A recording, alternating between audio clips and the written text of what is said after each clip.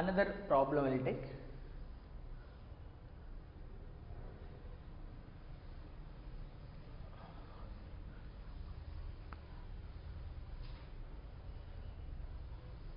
మనకి flux concept చాలా important. ఆ తర్వాత మనకు ఫారడేస్ లా ఆఫ్ ఇండక్షన్ లో కూడా ఫ్లక్స్ వస్తుంది. whenever there is a change in the magnetic flux, then there is an induced EMF అనే కాన్సెప్ట్ లో కూడా ఫ్లక్స్ వస్తుంది. కాబట్టి జాగ్రత్తగా ఉండాలి మనం.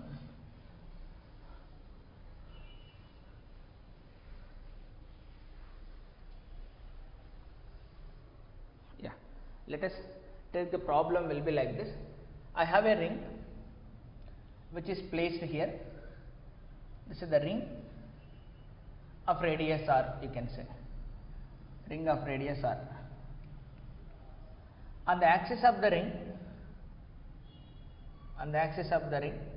I have placed a, this is the axis of the ring, I kept a positive charge q here. We know that this charge will be the source of electric field. Now I have area. I can ask the question here, amount of flux passing through this surface.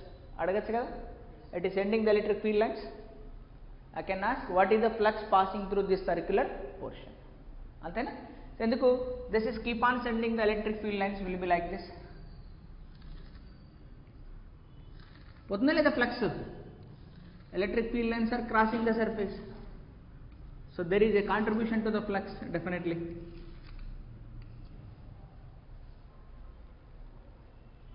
మరి ఎలా చేస్తాం? then how to do it? Angle calculate చేయాలి first. 0 q to ring angle calculate చేసి integration 0 to angle పెట్టి. So ఏం చేయాలి? First of all మనము you need to consider a small portion again. అంతేనా? We need to consider a small portion here. Small portion తీసుకొని through that small portion ఎంత flux పోతుందో కనుక్కుందాం. So let us take a small portion. I am taking a small portion here. Let us take, I am taking a small ring. ఇక్కడ small ring అని define చేసామంటే which has the radius as well as thickness. అంటే ఇక్కడ చూపిస్తాను చూడండి, I have a radius r and of course its thickness is also there. This is the thickness of the ring. అర్థమవుతుందా? ఇక్కడ తీసుకుంటున్నాను నేను ఇట్లా. అర్థమైందా? Only through this area what is the flux is going on. Small element తీసుకొని చేయడమే. So let us take this thickness will be some dr. Okay, then what will be the area of this element? Area of this element will become 2 pi r dr. ఎందుకని area will be 2 pi r dr? ఇది కావాలి, band belt, మీ బెల్టే. ఇప్పుడు ఏం చేస్తారు? దాన్ని cut చేయండి, దాన్ని cut చేసి స్ట్రైట్ చేయండి. కట్ చేసి స్ట్రైట్ చేస్తే ఎలా వస్తుంది? నాకు ఇలా వస్తుందా? కట్ చేసి స్ట్రైట్ చేశాను. సో మొత్తం లెంత్ ఎంత? 2 pi r. మరి థిక్నెస్ ఎంత?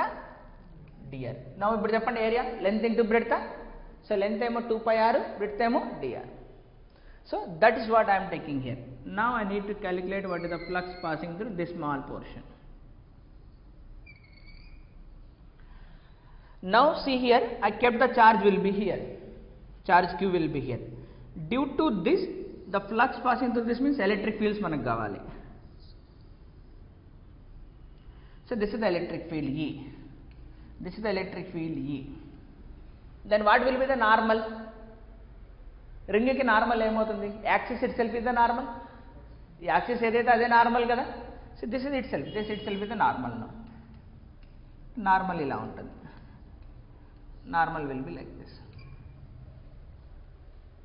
Okay, if I consider this angle will be theta, లేదా టీటా అనుకుంటే this angle is also of course theta, this angle is also theta, this angle is also theta.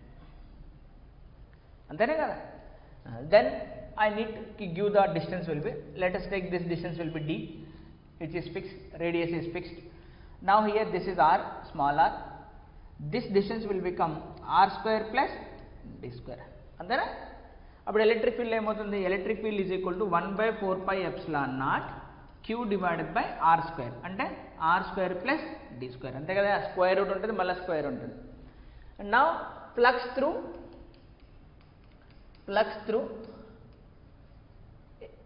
A small strip అన్నామా దాన్ని, circular strip, flux through a small circular strip.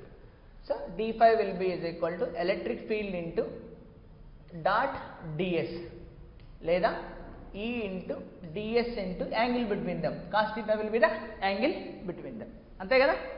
ఇప్పుడు చూద్దాం. then flux will be electric field ఏమొచ్చింది మనకు, q divided by 4πε0 into 1/r square plus d square. Area ఏమొచ్చింది 2πr dr, 2πr dr. cos theta ఏమొచ్చింది కనుక్కోవచ్చు. What is the definition of cos theta, adjacent side upon hypotenuse కదా. Adjacent side ఏమో d, ఇది opposite side, ఇది hypotenuse, అంతేనా. So adjacent side ఏమో d, hypotenuse ఏమో square root of r square plus d square, అంతేనా. సబ్స్టిట్యూట్ చేసి rearrange చేయండి. So d5 will be is equal to 2π cancel, 1 2 is remaining. So then finally q d divided by 2ε0 r dr upon r square plus d square. ఇక్కడ 1 ఇక్కడ half, అంతేనా. Square root అంటే హాఫే కదా, మొత్తం కలిపితే ఎంత వస్తుంది 1 ప్లస్ హాఫ్, 3/2 వచ్చేది. సో 3/2 అయిపోయి. ఇప్పుడు ఇలాంటి స్ట్రిప్స్ ఎన్ని ఉన్నాయి, ఇలాంటి స్ట్రిప్ 1 2 3 4 5 అన్నీ ఉంటాయి కదా, మొత్తం కావాలి కదా మనకు. So we need to calculate flux through the entire ring. This is the big ring.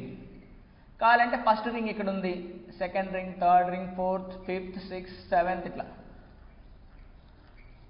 మొత్తం కనుక్కోవాలి కదా మన ఫ్లక్స్. అలాంటి ఎన్ని రింగ్స్ ఉంటాయి, ఇక్కడ నుంచి స్టార్ట్ అయ్యి ఇక్కడ ఎండ్ అవుతుంది. ఇక్కడున్న రింగ్కి r ఈక్వల్ టు 0 అని పేరు పెట్టచ్చు, ఇక్కడున్న రింగ్కి r is equal to capital R అని పేరు పెట్టచ్చు, అంతేనా. So integrate with proper limits, integrate with the proper limits. So our total flux will be is equal to q constant to d constant to 2ε0 constant integration r dr divided by r square plus d square whole power 3/2 integration r is equal to 0 నుంచి r is equal to d వరకు. Okay, మరి దీన్ని ఎట్లా చేస్తాం, r square plus d square minus r square -1/r square plus d square, square root వస్తుంది. ఇప్పుడు ఏంటంటే r square plus d square ప్లస్లో సమ్ టీ స్క్వేర్ పెట్టచ్చు. అది నీకు ఇంటిగ్రేషన్ ఫార్ములానే, ఇది just it is a formula, that it is a formula, you no need to mug up. Final result మనకి ఇంపార్టెంట్, ఫైనల్ రిజల్ట్ అనేది ఇంపార్టెంట్ ఫార్ములా. చూస్తే కనుక ఏమొస్తుంది మనకు, flux will be is equal to, so దీని integration will become -1/√r square plus d square. Its integration will become -1/√r square plus d square.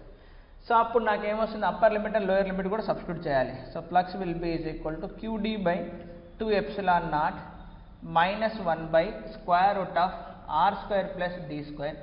Lower limit is 0 and upper limit is d, అంతేనా.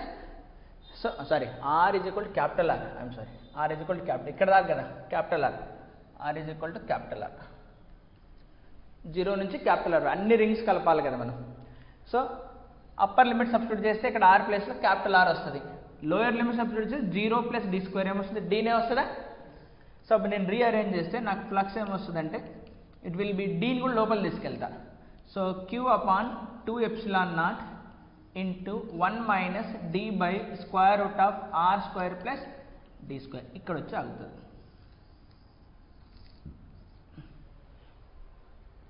ఓకేనా, flux passing through it. So ఇప్పుడు మనము దాన్ని ఇంకొక విధంగా కూడా రాయొచ్చు.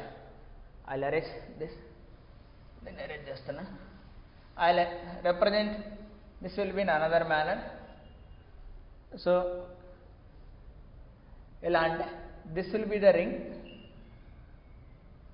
this will be the radius, this will be the distance d, and let's say this is the last point. Let us say this angle will be alpha and this distance will be r square plus d square. Then what is cos alpha? What is cos alpha? d by square root of r square plus d square. ఇక్కడ ఉందా d by square root of r square plus d square అని ఉంది కదా దాంట్లో ఫార్ములాలో. So ఇప్పుడు మనం దీన్ని ఎలా రాయొచ్చు? Flux will be is equal to, I can represent that flux again will be like this. So the total flux will be is equal to q by 2 epsilon naught into 1 minus cos alpha. Right, manam? We can represent like this also. Q by 2 epsilon naught into 1 minus cos alpha. అంటే మీరు ఏం గుర్తుపెట్టుకోవాలి ఫైనల్గా? Flux passing through this circular portion due to a charge which is placed at a distance d అనగానే you no need to go through this entire derivation. It is standard problem. ఇంతకు ముందు కూడా అంతే, స్టాండర్డ్ ప్రాబ్లం కాబట్టి direct గుర్తుపెట్టుకోవచ్చు. Okay, fine. Try to remember this result will be helpful for us. రాసుకోండి, note down.